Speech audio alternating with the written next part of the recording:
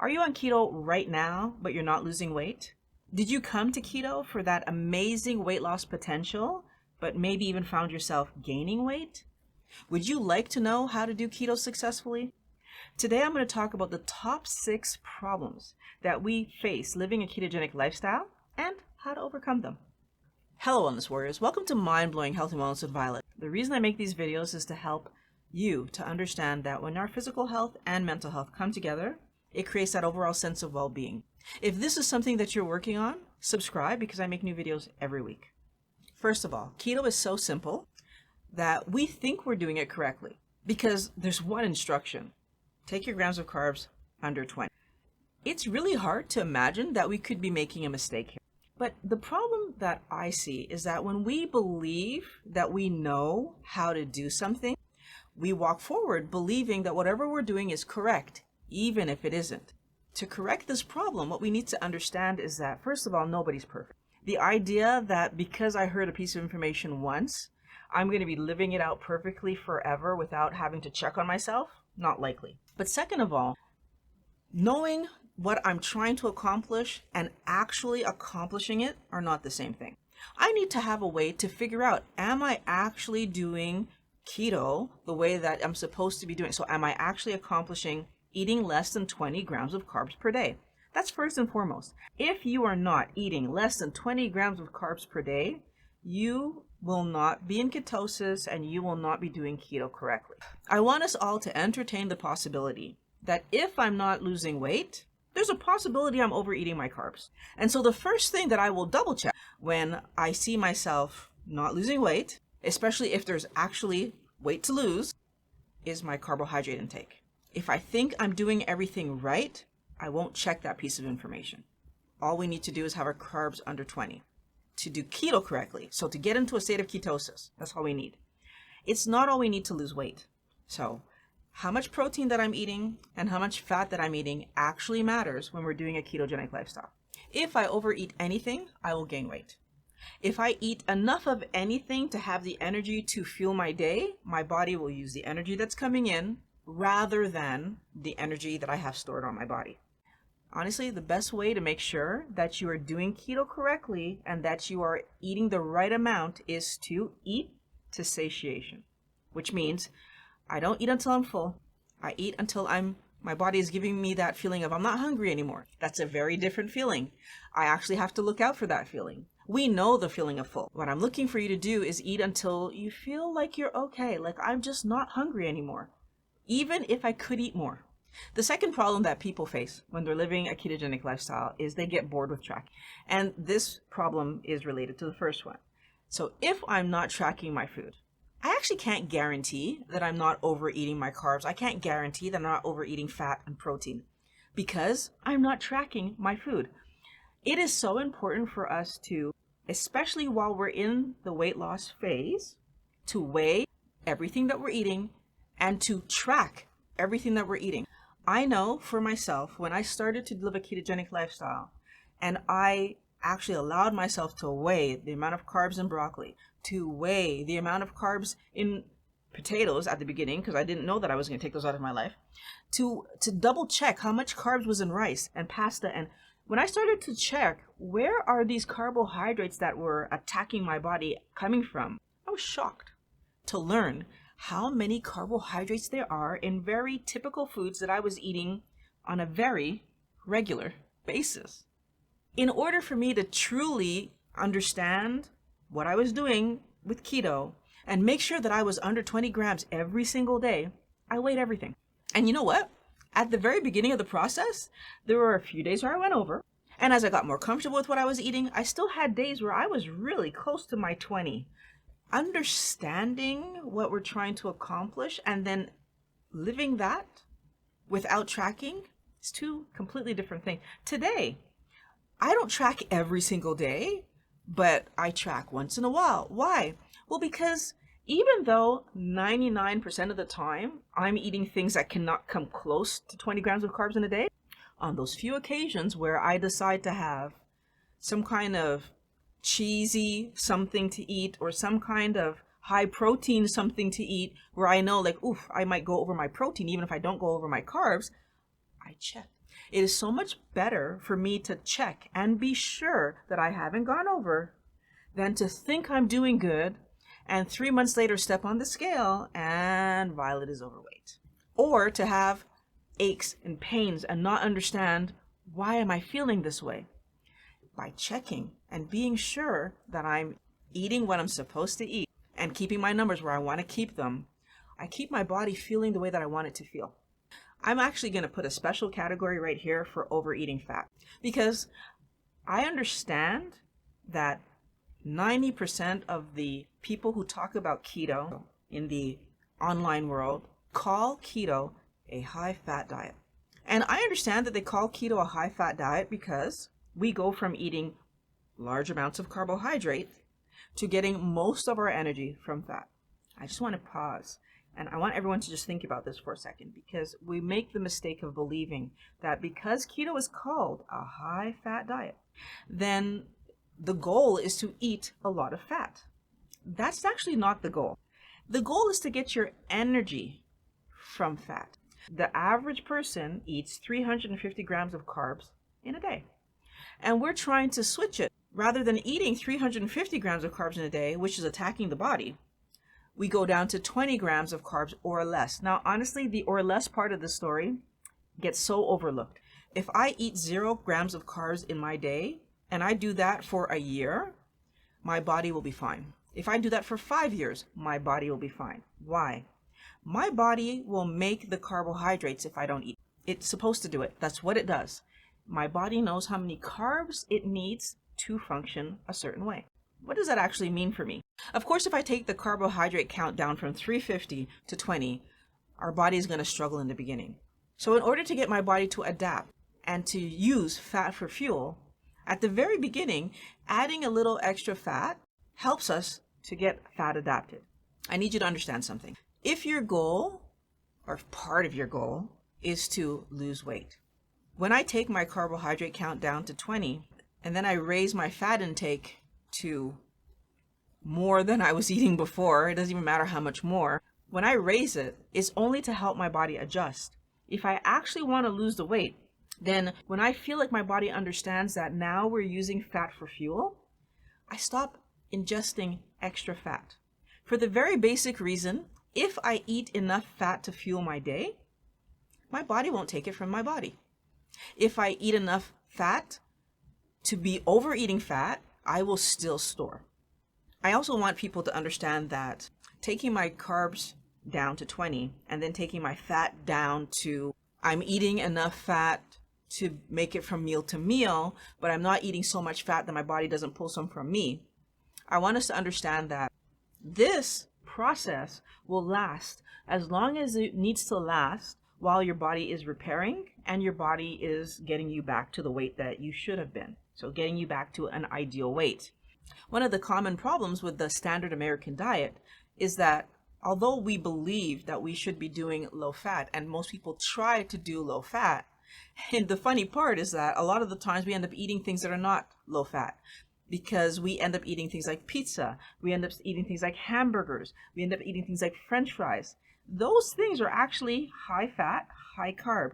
When you have high fat and high carb in the same meal, you guarantee that you're going to gain weight. I want people to understand that we're trying to correct years and years of damage to the body by understanding that high fat, high carb, and even just high carb is damaging the body and causing weight gain. The fourth problem that we tend to encounter when we're trying to live a ketogenic lifestyle is the bad advice that we get that says that you can do keto and then have cheat days, days off, high refeed days, high carb days, whatever you want to call them. This idea that every few days we can eat more than 20 grams of carbs. There's so many problems with this. But basically, if I allow myself to do 20 grams of carbs for 6 or 7 or 8 days, and then I have a cheat day, a refeed, or whatever you want to call it, yes, I'm going to no longer be in fat burning because my body's going to get pushed out of ketosis because it has to get that sugar that I've just eaten out of my blood. First of all, I'm pushing myself out of ketosis every 6 to 12, or even if you do this monthly, I'm kicking myself out of ketosis monthly. why this is important for you to think about and to realize that it's a bad idea. So let's look at weekly first. If every week I'm pushing myself out of ketosis, it takes 3 days for the typical person who's metabolically okay to get into ketosis. Remember, we're starting from a point where we are metabolically damaged. Probably going to take us 4 days, might even take 5 days, depends on how much damage you have. So I live 6 days restricting my carbohydrate intake, which I'm going to assume that because you're new to this, it's not fun.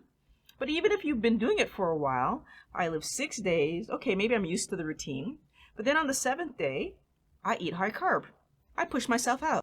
I'm doing my 3, maybe 5 days to get back into ketosis. The truth is, maybe you have 1 to 3 days where your body is able to clean up and be in a ketogenic state, but then you have actually 4 days in the week that you're not. And the question I have for you is, can you imagine that you're cleaning your house and one day a week you just allow people from all over town to just throw garbage in it? And then you're going to spend 4 to 5 days cleaning up for that 7th day to come along and they're just going to throw their garbage in your house? You're continually forever cleaning your house. We don't recognize that that's what we're doing to our body. I'm actually spending more time in the state of trying to get back into ketosis than I'm actually spending in ketosis. I feel like the alcohol example is the best. You wouldn't struggle through 6 days of not drinking, knowing you're going to drink on the 7th day and believe that you're actually trying to get off alcohol. If I allow myself to drink every 7th day, I'm not trying to get off alcohol. If I allow myself to have garbage food every 7th day, I'm not trying to heal my body. Let's talk about people who maybe are going to go a month. Let's talk about people who maybe are going to go 6 months before they have a cheat day. Why do I still not recommend this? Same reason for alcohol. You know what? When you're addicted to something and you let it back in the door, as many of us have either experienced or watched other people experience, that you could be 2-3 years without drinking, have a drink, boom, you're on a bender, boom, your life is back in chaos. 2-3 years without smoking, stress at work, you have a cigarette, next thing you know, you're back in the cigarette. Why do we believe that we can just put down our sugar addiction as if it's nothing? What will happen is that 6 months, you're going to have that cheat day, and sometimes it's going to be a cheat 2 days, and sometimes it's going to be a cheat 2 weeks, and then next thing you know, I'm not doing keto anymore. I'm not trying to force people to do keto. My bigger point is, did you spend 6 months cleaning up your body to turn around and put garbage back in your house? I don't think so. I don't think that's what we want to do, but it's what we end up doing because we don't allow ourselves to understand how very important it actually is to take it seriously. Feed yourself healthy food. Allowing yourself to eat junk creates a junk body. One other thing I want to point out, I hear so many people talking about how keto flu lasts weeks and weeks and weeks. And first of all, keto flu, I did have it. Not a fun experience. I would not want to be living that for weeks and weeks and weeks. I could see how living keto flu for that long would cause people to quit, to give up, to not feel like it's worth it. What causes people, in my opinion, what causes people to live keto flu over and over and like it's lasting weeks is cheat days, is not doing keto with the understanding that it means I'm putting down the carbohydrate heavy foods. When you allow yourself to kind of get through and get into ketosis and then re-engage sugar and then have to start over and get through, and every time you do that, you're re-engaging your addiction. And because you're re-engaging your addiction, you have to go through withdrawal again. I want people to be successful. If you re-engage your addiction, you will re-engage the damage to your body. You will re-engage the weight gain. The fifth problem that we live very regularly, actually, because we're so used to being on a schedule, is we eat when we're not hungry. We eat when we're bored, or any emotion, actually. We celebrate with food. We escape with food. We associate food with activities. So you sit to watch a movie, you eat popcorn, you're sitting on the patio, you're having a snack. It's a celebration, you're eating something. You go to a party even. Like, we cannot go to a party without thinking about what are we going to eat there. We're so used to associating food with activities and fun stuff. We're so used to just having situations where food becomes the focus rather than understanding that the real focus is being healthy and eating food to fuel the body. So when we're eating because it's time or we're eating because it's fun, in actuality, what we're not doing is understanding our own hunger. The other thing I want people to understand is what I call phantom hunger. And that's this idea that sometimes we eat because we feel hungry. But if we actually intervene, so drink some water or wait 10 minutes, a lot of the times what we'll realize is that the hunger goes away because we weren't actually hungry, or because the body just decides that, okay, we did need some energy, I'm going to grab it from the body. Letting my body tap into me sometimes is a good thing, right? Because when we actually eat, every time we have that signal of hunger, which is sometimes being triggered by seeing a commercial on TV, or sometimes being triggered by the time of day, it's noon, it's time to eat, and not really being triggered by the actual fact that I'm hungry. If I let myself eat at every one of those times, if I let myself snack every time I think about, oh, it's halfway between breakfast and lunch, I should eat something because that's what we've been told to do years and years ago. When I let myself engage these things, the unfortunate reality is this: I gain weight. Every time you eat, especially when you're eating and you don't actually need the energy, every time you eat, you raise your insulin.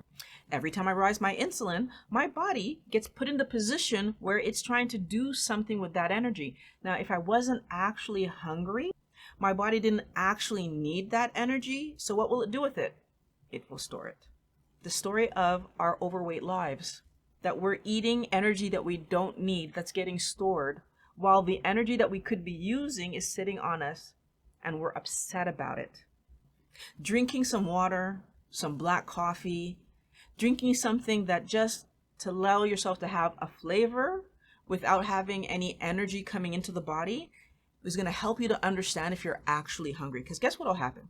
If I drink some coffee, black coffee, nothing in it, if I drink some water and I'm actually hungry, that's not going to do anything for me, right? A few minutes later, I'm going to be hungry again because I actually needed energy.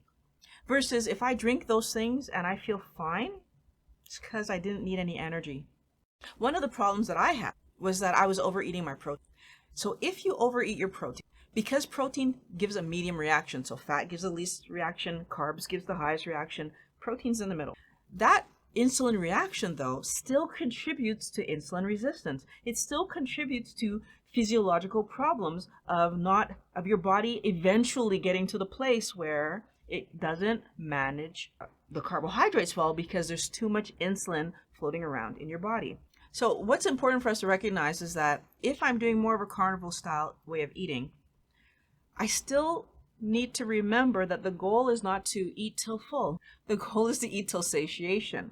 I feel like that was, one of the things that I struggled with is that sometimes if all I have on my plate is meat, it's so easy to feel like I could eat a bit more because I didn't have the vegetables there to feel like it took me long to eat. How long we are spending eating, so that feeling of satiation, and not just the feeling of satiation in the body, but that feeling of being satisfied with how my meal was.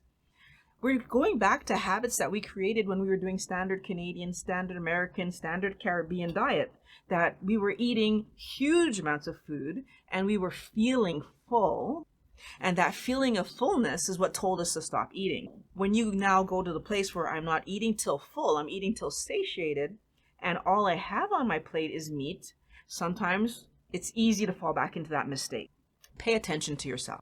Allow yourself to still listen to those signals of satiation. One of the tricks that I've come up with for this situation, so if you're eating mostly meat, if you're eating mostly, eggs or dense protein heavy foods, I cut my pieces small and chew them very well.